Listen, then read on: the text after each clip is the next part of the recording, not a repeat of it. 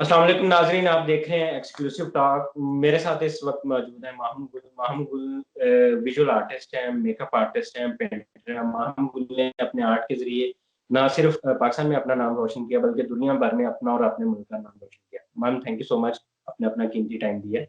Ma'am, ये बताइएगा कि आप अपने आर्ट के ज़रिए जो ख़वातीन के मसाइल की अक्कासी करती हैं, क्या आपके आर्ट के ज़रिए ख़वातीन के मसाइल का हल मुमकिन है?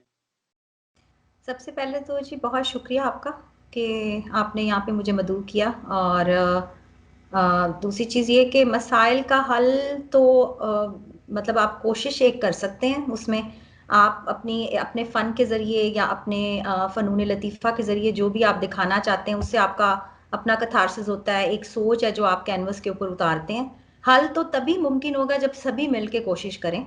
और ये तो एक छोटी सी एक एडिशन है हमारे इस फन के थ्रू, कि हम लोगों को एक मैसेज दें कि इस चीज़ को समझें, इसकी सेंसिटिविटी को समझें। हल तो तभी मुमकिन होगा कि जब हम मिल के सारे कोशिश करेंगे।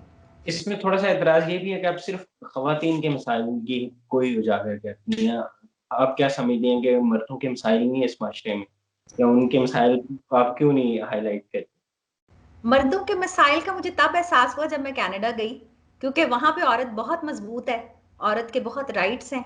और वहाँ पे मुझे एक एक यही सवाल किया गया था और मुझे लगा कि अब शायद मैं इसको पेंट करूं शायद। लेकिन हमारी समझ लें कि एक हमारा हमारा जो मजहब है उसमें तो औरत को इतनी रिस्पेक्ट दी गई है कि वो दुनिया का वाहिद एक रिलीजन है जिसमें सिर्फ औरत के हकूक के ऊपर बात की गई है। लेकिन अनफॉर्चुनेटली जो हमारी सोसाइटी है, जो साउथ एशियन हमारी जो वुमेन है, she is still struggling hard to get the well deserved rights. तो ये चीज तो यहाँ का एक अलमिया है और वो पता नहीं कब हल होगा। तो मर्द यहाँ पे थोड़ा सा डोमिनेटिंग है मेरे हिसाब से। नहीं, वो आप बात बिल्कुल ठीक कह रही हैं। मेरा उस पे बुनियादी सवाल ये था कि मर्दों के मसाइल ही हैं आपकी नज़र में? मर्दों के मसाइल बिल्कुल हैं, मर्दों के मसाइल बहुत ज़्यादा हैं। लेकिन औरतों की एक एक जो हमारी सोसाइटी में एक औरत से ज़्यादा एक्सपेक्ट किया जाता है कि वो ज़्यादा बर्दाश्त करे और ज़्यादा सब्र से काम ले। मसाइल तो दोनों के ही हैं, लेकिन एक्सपेक्टेशंस औरतों से ज़्यादा हैं। ओह! तो विजुअल आर्ट की तरफ आप कैसे राग़िब हुई? फिर पेंटर भी हैं आप, मेकअप आर्टिस्ट भी हैं, फैशन का भी शौक है। तो ये सारी चीज़ें आप में खुद ही थी या किसी से मुतासिर होके आप इसकी तरफ आए? ये मेरी फैमिली की तरफ से एक तो इनहेरिटेंस में भी है। मेरे वालिद साहब जो हैं उनका बड़ा कंट्रीब्यूशन है इस सिन्फ में। वो रिटायर्ड प्रिंसिपल हैं नेशनल कॉलेज ऑफ आर्ट्स के। उन्होंने मिनिएचर पेंटिंग के फ़रोग़ के लिए बहुत काम किया है। मेरी वालदा भी इसी फील्ड से मुंसलिक हैं, तो उनको मैंने काम करते देखा। थोड़ा सा विरासत में भी मिल गया एक चीज़। तो ये इसी तरह से स्टार्ट हुआ। ये अब पाकिस्तान के अलावा आपने कनाडा में भी काम किया, तो कनाडा में आपका एक्सपीरियंस रहा, आपकी जो एग्ज़िबिशन थी उसको जितनी पज़ीराई मिली, तो वहाँ और पाकिस्तान में जो आपका काम था इसमें डिफरेंट आपने क्या फ़ील किया? डिफरेंस यही है कि यहाँ पे थोड़ी सी रौनक ज़्यादा है। यहाँ पे जो दो हमारे शहर हैं, कराची और लाहौर, एंड देन इस्लामाबाद तीसरे नंबर पे आ जाते हैं। वहाँ पे आर्ट के हवाले से बहुत ज़्यादा काम हो रहा है।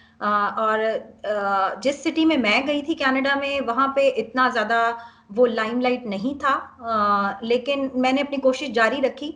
मैं लाहौर को बहुत मिस करती थी। ज़ाहिर सी बात है, जो यहाँ की गैलरी और जहाँ जो लोगों के लिए लोगों का जो ज़ौक है आर्ट को लेके जो यहाँ पर, वो चीज़ मुझे शायद हो सकता है मैं गलत हूँ, या मैं ऐसे सिटी में थी कि मुझे वो चीज़ नज़र वहाँ पे उस तरीके से नहीं आई जिस तरीके से मैंने लाहौर और कराची में आर्ट के फ़रोग़ के लिए जो देखा है काम लोगों को करते हुए।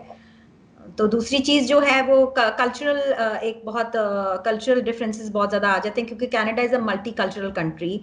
तो वहाँ पे जो भी लोग आर्टिस्ट जो काम कर रहे हैं, उनके कल्चर की रिफ्लेक्शन बहुत ज़्यादा है उनके आर्ट में।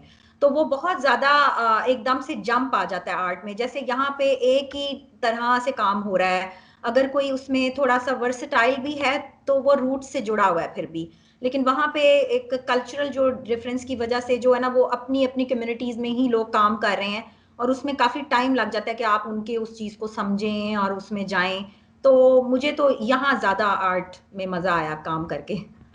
और आपके ख्याल में जो पाकिस्तान में आर्ट को समझने वाले लोग हैं, फैशन को समझने वाले लोग हैं, और स्पेशली मेकअप आप कहती हैं, तो मेकअप की जो सेंस है, वो ख़वातीन में पाई जाती है या नहीं पाई?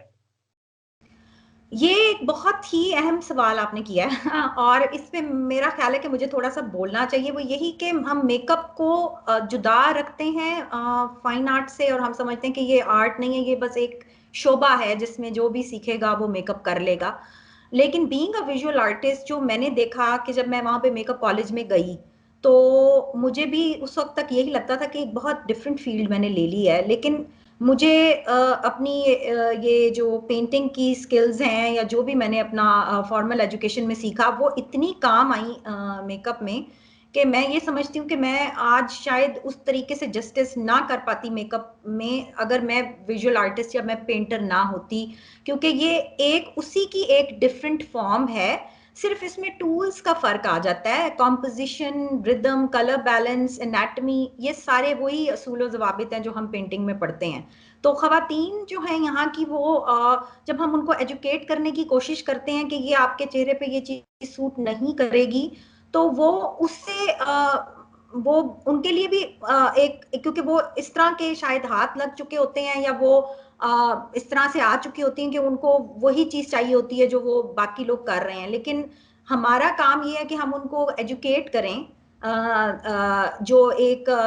जो असूलो जवाबित एक कॉम्पोजिशन के होते हैं मैं अपनी तरफ से कम से कम पूरी कोशिश करती हूँ कि मैं उनको एजुकेट करने की कोशिश करूँ वो एक माइंडसेट बना हुआ है हमारी खवातीन का कि उनको उसी तरह ही गोरा दिखना है या उनको बहुत ग्लैम दिखना है तो बहुत सारे एलिमेंट्स इसमें आ जाते हैं उसमें आपका डे टाइम आता है इवनिंग टाइम आता है उसमें आपका इवेंट आता है उसमें आपकी एज आ जाती है तो ये सारी चीजें बहुत मुश्किल होती है इनको समझाने में तो I am still struggling with that okay, तो आपको 18 साल हो गए हैं ये विजुअल आर्ट करते हुए, पेंटिंग करते हुए, मेकअप करते हुए। तो मेरा बुनियादी सवाल ये होगा कि जो पाकिस्तान में वो आँख है या वो दिमाग है, जो माइंड है, वो जो इन चीज़ों को समझे, तो आप समझते हैं कि हैं ऐसे लोग पाकिस्तान में? तादाद कम बहुत है कम या है ज़्यादा है?